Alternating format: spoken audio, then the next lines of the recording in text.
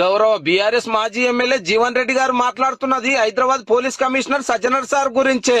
తెలంగాణ అనే పదం పుట్టించిన కర్త కర్మ క్రియ ఆయనకు ఇంటికి నోటీసులు అందించే దమ్ముందా బిడ్డ? పింక్ బుక్ లో నంబర్ 1 లో సిపి సజ్జనార్ ఉంటాడు. పొక్కల కూర్చున్నా నిన్ను వదిలాం, ఇక్కడికి పట్టుకొస్తాం. పింక్ బుక్ అంటే కార్ లీడర్లు కార్యకర్తల మీద కేసులు పెట్టినా సతాయించినా అందులో పేరు రాసుకొని వీళ్ళు పవర్లకు రాగానే పని పడతారట.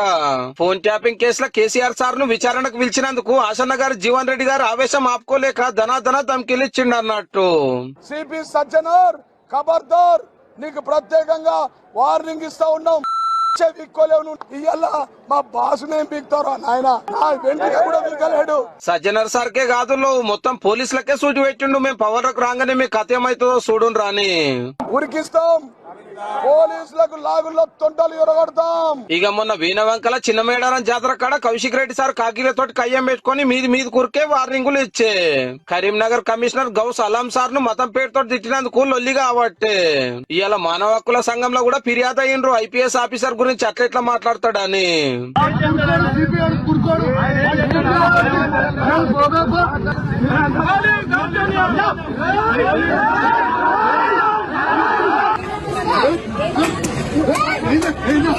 బీఆర్ఎస్ వర్కింగ్ ప్రెసిడెంట్ మన రామన్న ఏడ మీటింగ్ వచ్చినా ఫస్ట్ అరుచుకునేది పోలీసులనే. మెడకాయ మీద తలకాయ ఉండే పని చేస్తుండ్రా, మెదడుల బుర్ర ఉందా, అన్నం తింటున్నా గడ్డి తింటున్నా అని అడుగుతున్నా ఈ రాష్ట్ర పోలీసులు.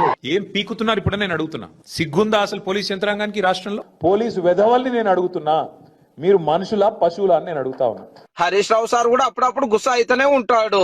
మీరు రిటైర్ అయిన తర్వాత కూడా ఏ పొక్కలో దాక్కున్నా సప్త సముద్రాల బయట ఉన్నా మిమ్మల్ని పట్టుకొచ్చి విచారిస్తాము, అంతకంతకు అనుభవిస్తారు, జాగ్రత్త. ఏంటంటే మా గవర్నమెంట్ వచ్చినాక మీ సంగతి చూస్తాము, ఏడున్నా ఇడిచిపెట్టాం అంటున్నారు కదా. ఇప్పుడు ఫోన్ ట్యాపింగ్ కేసులో కూడా గదే నడుస్తుంది. మరి కేసులో ముఖ్యమైన అంటున్న ప్రభాకర్ రావు సారు అమెరికాకు పరారైతే సుప్రీంకోర్టుకు పోయి రప్పించి ఎంక్వైరీ చేస్తున్నారు.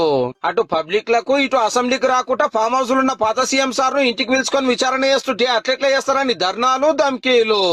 అచ్చా మన పవర్ ఉన్నప్పుడేమో చట్టం తన పని తను చేసుకుంటా పోతుంది, మాజీలు అయితే రూల్స్ తప్పుతున్నట్ట. ముద్దుకున్నది పోన్రే.